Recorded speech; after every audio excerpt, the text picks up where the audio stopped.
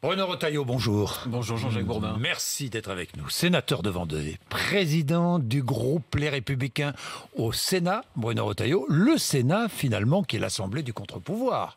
Aujourd'hui, contre-pouvoir à Emmanuel Macron. Absolument, ça ne veut pas dire anti-pouvoir. On a plus de textes que nous votons que nous refusons.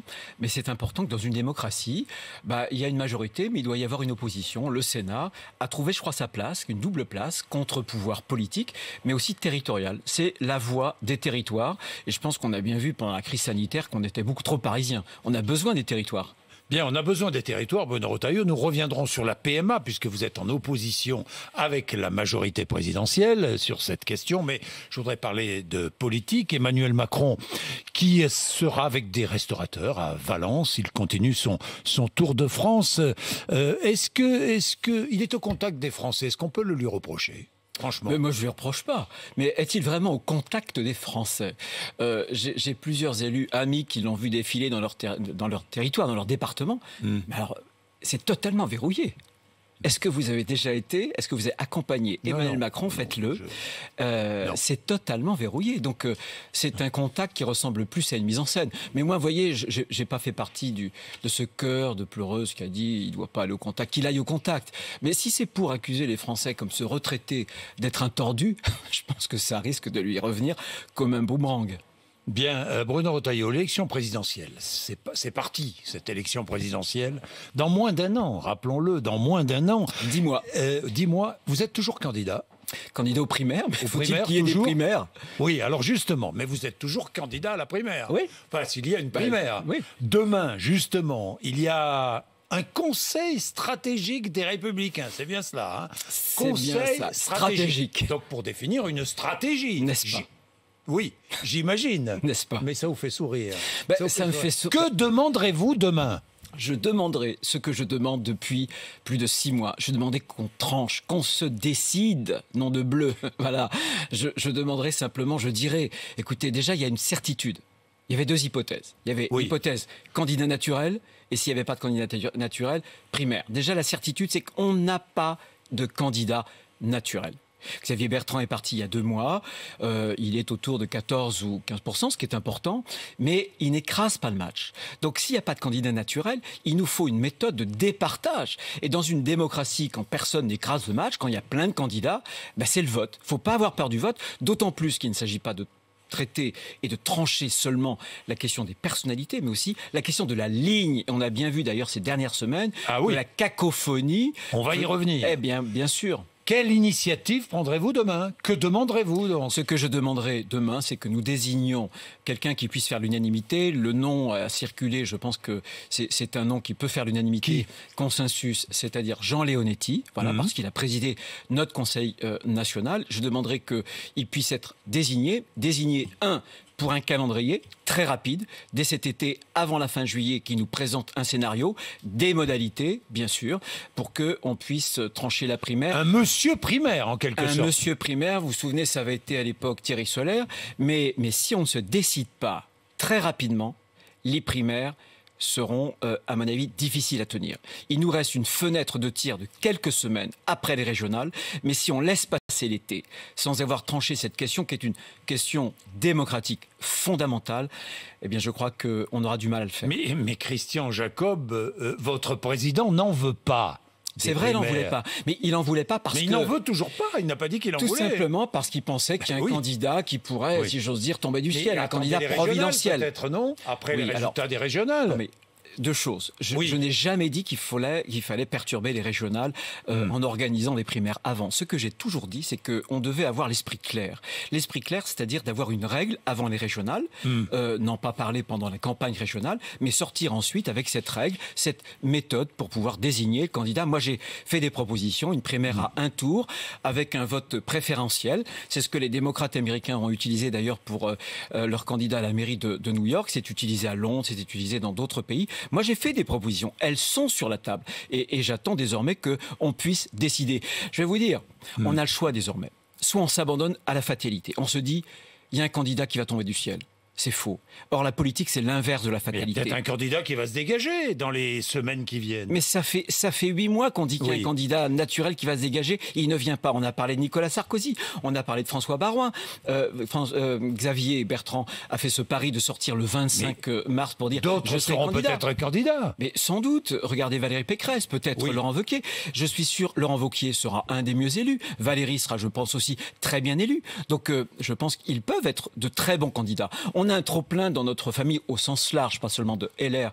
On a un trop-plein de talent. C'est bien. Moi, je pense que la primaire doit trancher la personnalité, le leadership, la ligne, mais surtout, on doit être capable, ce qu'on n'a pas été capable de faire la dernière fois, de faire une équipe de France. Je pense qu'il faut que ces talents, à un moment ou un autre, se rassemblent pour dire aux Français, la situation est dramatique, on ne peut pas laisser le face-à-face entre Madame Le Pen et Monsieur Macron. Eh bien, nous, on propose pas seulement un destin individuel, on propose vraiment du collectif, une équipe de France. Oui, le face-à-face Marine Le Pen, Emmanuel Macron, dont tout le monde parle, il est possible, et plus que possible, peut-être Bien probable.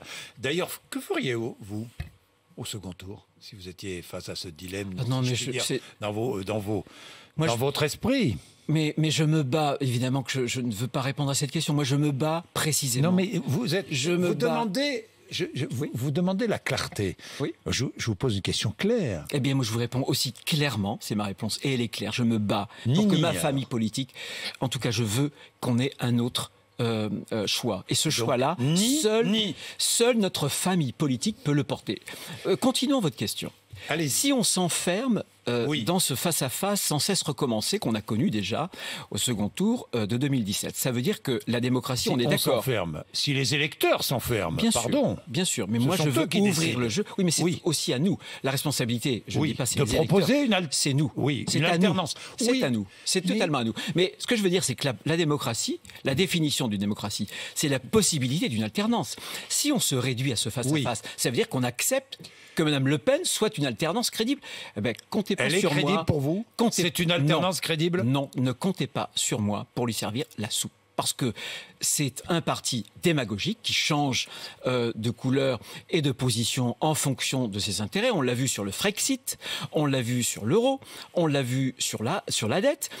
Elle veut avancer le départ de la retraite à 60 ans. C'est Hugo Chavez, si j'ose dire, le programme économique de M. Chavez d'extrême gauche sur le plan économique. Et je pense que, en fait, elle ruinerait la France. Je pense que elle n'est pas crédible. C'est le parti de la démagogie. Bien, Mais je ne veux pas non plus de M. bon. Macron. Et c'est pour ça que je veux Alors, les porter une régionales- candidature. Alors très bien, mais les régionales et départementales, électeurs de la région, c'est une question corollaire hein, qui Oui, suit. bah, je vous vois évidemment, venir, Jean-Jacques vous voyez Bourdin, venir. bien sûr. Mais c'est normal, parce que les électeurs ont besoin de clarté. Oui, Vous-même, bien vous sûr. le dites, électeurs de la région Sud, Provence-Alpes, Côte d'Azur, voteriez-vous pour le candidat de votre parti, Renaud Muselier? Oui. Au premier tour, non. Au premier tour, je l'ai non. dit, je me suis opposé, vous le savez, Oui. je me suis opposé à cette alliance, puisque l'alliance que M. Oui. Muselier a conçue avec M. Solaire, l'Élysée, annoncée par M. Castex, n'avait pas pour objectif d'affaiblir le Front National, le Rassemblement National. On l'a vu depuis. Le Rassemblement National, depuis, caracole en tête. Il avait pour objectif cet accord de nous affaiblir. Et vous me demandez... Donc vous de participez mettre- à l'affaiblissement en ne votant pas pour lui. Non, je pense qu'il aurait Ah bon pu se renforcer. Il n'avait pas besoin de cet accord. Non, mais et d'accord, tous les mais là sondages... aujourd'hui, Ah vous oui, mais participez à l'affaiblissement Je ne participe de c'est votre lui. parti. Pas du tout. Je pense que si mon parti veut disparaître, Oui. alors il fait ce que M. Muselier a fait en PACA. Alors là, on sera dissous, soit dans le macronisme, soit dans le lepénisme. Et je n'en veux à aucun prix parce que je pense que nos convictions peuvent porter une espérance pour les Français. En matière de sécurité, en matière d'immigration, en matière économique, il y a un appauvrissement de la France. Aujourd'hui, pour beaucoup de Français, ils ne sont pas sûrs que leurs propres enfants auront une situation meilleure que la leur. Et nous, on a des propositions, j'en ai Oui, des mais propositions. on aussi à va faire. venir sur la réforme des retraites, par exemple, sur la PMA. Bruno Retailleau, au second tour, vous feriez quoi? Écoutez, pour l'instant, on est au premier tour. Non, mais d'accord. Oui, ben Non, d'accord, vous êtes- mais tous bien les sûr. sondages, enfin, vous savez bien que le second tour va opposer. Enfin, vous pouvez pas me dire le contraire. 2 ou 3. Renaud Muselier, oui, vous ne voteriez 2 pas ou pour le 3. candidat écologiste. Non, ça, je peux Bon. vous le dire. Je peux Donc, vous le dire tout de au suite. second tour, que faites-vous? En tout cas, je ne noterai pas Mourmessier et Mariani non plus. Bon, donc vous abstiendrez, quoi. Écoutez, vous allez me réinviter, je vous répondrai. Oui. Mais je pense, écoutez, Non, mais ça fait 35 ans. Non, mais je comprends. L'électeur a besoin de clarté. Mais bien sûr, mais j'ai toujours été clair. Eh bien, je Bon. serai au rendez-vous, j'ai toujours été clair. Croyez-moi, je dis mes convictions. Et quand j'ai une conviction, je la tiens. J'ai de la cohérence. Alors, on peut ne pas être d'accord avec moi. Mais est-ce cohérent de ne pas voter pour le candidat de son parti politique? Je vous pose la question. Mais écoutez, ce candidat, pour le moment, de mon Oui. parti politique, Oui. il contribue à l'affaiblissement de mon parti politique. Bien. Parce que l'objectif de cette alliance, encore une fois, ça n'était pas de faire baisser le Rassemblement national, ça l'a fait augmenter. Ça nous a fait baisser, ça l'a fait baisser lui dans les sondages, et ça a créé une cacophonie sans nom pour ma famille politique à quelques semaines des élections régionales et départementales. La survie de la France est en jeu, dites-vous. Alors j'ai une question très claire à vous poser. Est-ce que vous partagez l'opinion de Philippe de Villiers qui affirme que la France est en train d'être colonisée? Je pense que la France est en déclin. 78% des Français ont un sentiment de déclin. Il y a une double angoisse française. Une angoisse de l'appauvrissement, du déclassement économique, notamment sur les classes populaires. On a perdu, vous savez qu'en niveau de vie, à peu près 5 000 € en 20 ans. Voilà, on a décroché. Et il y a une autre angoisse qui est terrible, c'est la dépossession culturelle, identitaire. Est-ce que demain, on sera encore chez nous, ici en France? Alors la France est en train d'être colonisée? Non, je ne parle pas de colonisation, je ne reprends pas en général les termes de Philippe de Villiers. Oui, je sais que vous détestez, oui, mais... oui, bon. non, c'est pas ce que je veux dire. Si, disons les choses. On a eu des fâcheries. Mais oui, vous détestez. Bon, ben ça peut arriver dans la vie. Ça n'est pas le problème. Ça peut arriver dans la vie. Je pense que, pour ce qui concerne en tout cas l'immigration, je pense que cette immigration est devenue incontrôlée et que nous avons perdu le contrôle de l'immigration. Absolument. Et il faut d'urgence, parce qu'en plus, je vais vous dire, c'est une population qui arrive, qui ne veut pas s'intégrer, qui ne veut pas assimiler nos valeurs. Et nous-mêmes, nous sommes en position de faiblesse. Nous-mêmes, nous avons organisé une repentance. Nous ne croyons plus en nous-mêmes. Nous ne ferons comme exemple de la France que la repentance. La France comme coupable, comme éternellement coupable. Comment voulez-vous dire à des jeunes d'aimer la France si vous présentez la France comme un anti-modèle, comme un contre-exemple? Donc, cet afflux de population massive, qui vient et qui ne veut pas partager nos valeurs. Et nous-mêmes qui ne sommes pas suffisamment sûrs de nos valeurs pour leur proposer un exemple, eh bien du coup ça a cassé la machine à assimiler, la machine à intégrer. Et oui, je dis oui, il faut juguler l'immigration incontrôlée. Un mot de politique encore, puis je vais passer à la réforme des retraites. Bruno Retailleau, est-ce que Jean-Luc Mélenchon s'est disqualifié pour la présidentielle? Il a franchi la ligne rouge. Absolument. Il a franchi la ligne rouge d'abord en réduisant l'attentat à quelque chose finalement qui aurait été organisé. Alors c'est quoi la prochaine étape? Puisque nous allons commémorer le 11 septembre prochain l'anniversaire des Twin Towers. C'est de dire que ça n'a pas existé? Qu'est-ce qui va nous chercher? C'est de dire que ça peut-être été organisé par un complot de la CIA? Et ce que j'ai trouvé incroyablement décevant finalement, parce que je l'ai connu au Sénat, je l'ai connu comme républicain, vous voyez, comme républicain, et j'aimais certains de ses discours parfois. Quand on se retrouvait sur la question européenne ou sur des questions où on peut converger, parce que la politique, c'est quand même pas la guerre civile, bien. Mais je trouve avec la conférence de presse qu'il a organisée hier, certes, il y a eu des youtubeurs comment dirais-je... C'est condamnable, hein. Pardon. Franchement, c'est très mauvais goût. Mais c'est plus que de mauvais goût. Il a une compassion... C'est même un appel, c'est plus que de mauvais goût. Bien sûr qu'il ne faut pas le justifier. C'est insupportable même. Mais ce que je veux vous dire, c'est qu'il ne s'est pas excusé. C'est-à-dire que la compassion qu'il a pour lui, il ne l'a pas eue pour les familles de ses victimes, qu'il a profondément blessées. Et c'est ça qui est terrible, je trouve. Parce qu'un homme politique, c'est d'abord un homme. La politique, c'est la vie. Mais est-ce qu'il s'est disqualifié pour la présidentielle? À mes yeux, oui. À mes yeux, franchement, oui. Mais c'est le symbole. Le mot est quelque précis, chose. Disqualification. Hein. Non, mais il va concourir. Oui, il va concourir. Je ne veux pas le mettre. Je ne veux. À mes yeux, il s'est disqualifié. Je vais même aller au-delà dans l'analyse. Il est l'arbre qui cache la forêt de l'islamo-gauchisme. Il a c'était au mois de novembre, je crois, 2019. Il a battu le pavé avec le CCIF qui a depuis été, comment dirais-je, dissous. Et je pense que c'est c'est l'islamophobie, cette espèce de complaisance vis-à-vis de l'islamisme. Or, aujourd'hui, dans nos universités, dans un certain nombre de territoires, de quartiers, il y a une gauche, une partie de la gauche, heureusement, une partie de la gauche, dont il fait lui-même partie, qui est sensible aux mots et aux thèses islamistes. Et ça, c'est grave. Et c'est ce que ça illustre finalement. Essayons d'aller au-delà de ce théâtre médiatique pour chercher la vraie signification des choses. Elle est là, la signification des choses. Bruno Retailleau, faut-il reprendre la réforme des retraites avant la fin du quinquennat? Bien sûr. Bien sûr. Vous observerez que depuis 1993, les premiers ministres, en période notamment, c'était Édouard Balladur, de cohabitation, tous les présidents de la République, ensuite, ont assumé une réforme courageuse. Tous. Ils étaient d'ailleurs de droite. Parce qu'il faut sauver notre modèle social et que notre régime par répartition, c'est fondamental.